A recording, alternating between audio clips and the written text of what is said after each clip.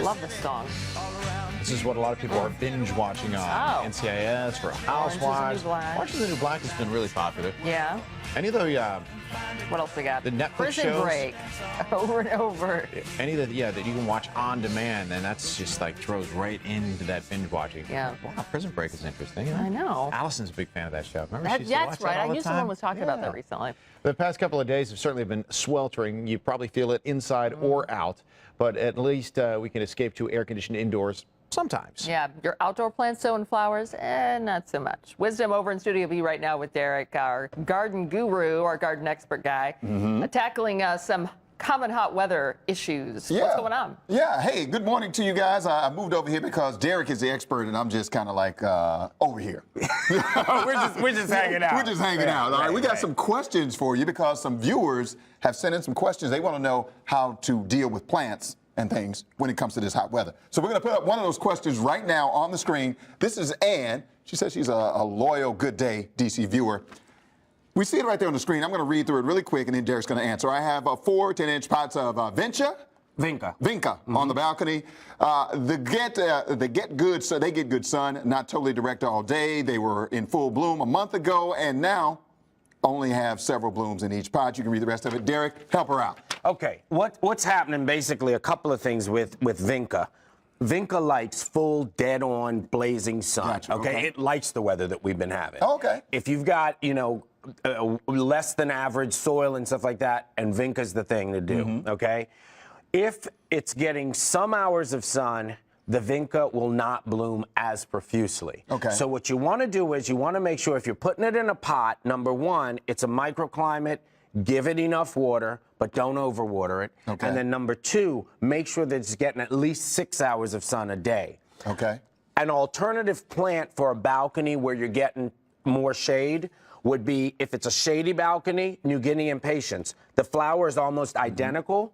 Or if you've got a challenging balcony space, a begonia would work really, really well because it'll do well in full sun or in shade. All right, let's get to the next question because before we run out of time, here's Cheryl from Mitchellville. She's got a question for you. She says, my roses were simply beautiful a month ago, and now the blooms have faded, and although I have some new growth, I have no blooms. Right. I also see signs that something has been chewing on the leaves. This is my first rose garden, and I want it to be a success. So, Derek, what does she need to do? Couple of things with roses. Roses are not going to bloom nonstop all the time. It's just not going to happen. Okay. The chewing, that's an insect. The insect may have long gone on. There's a lot of systemic things that you can use to treat this with.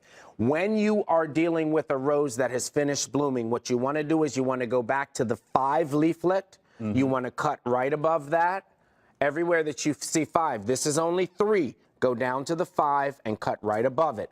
That plant will flush back out. It will bloom again for you, but be patient. It's not going to be non-stop blooming. Gotcha. There are shrub roses like knockout roses that'll bloom all summer, but if you've got a variety like this, don't worry about it. Okay, all right, last question for Derek. This is Alex from D.C. Sorry. That's all right. Pull that across. This one says, my moth orchid plant has lost its bloom. Is there something I have to do to keep it growing? Will it rebloom? Is there something special to do to make it bloom again? Okay. These orchids, they're called moth orchids because they actually look like a moth that's hovering over top of the plant. It's Phalaenopsis. These orchids have become very, very popular because of the culture that they're using to grow them. What you want to do when the orchid plant finishes blooming, you want to take, this is a stem where there were blooms before. Okay. You want to take and cut it right above a node. And see, anywhere that you have a sheath, there is a node. You want to cut it right above one of those nodes. Okay. What the plant will then do is it will generate a new blossom there for you. Gotcha. The other thing is, if this browns and goes all the way down to the ground, what you want to do is, a moth orchid requires cooler than average evenings. Okay. So it will not probably rebloom until we get into the fall. Gotcha. And if you open some windows in the fall, that will give it the proper inspiration to bloom. Got it. Okay. Give them your information. Oh, follow me on Twitter @ThomasGardenGuide. These questions came, 2 of them came from Twitter and 1 of them came through the Fox site, or you can send things through myfoxdc.com.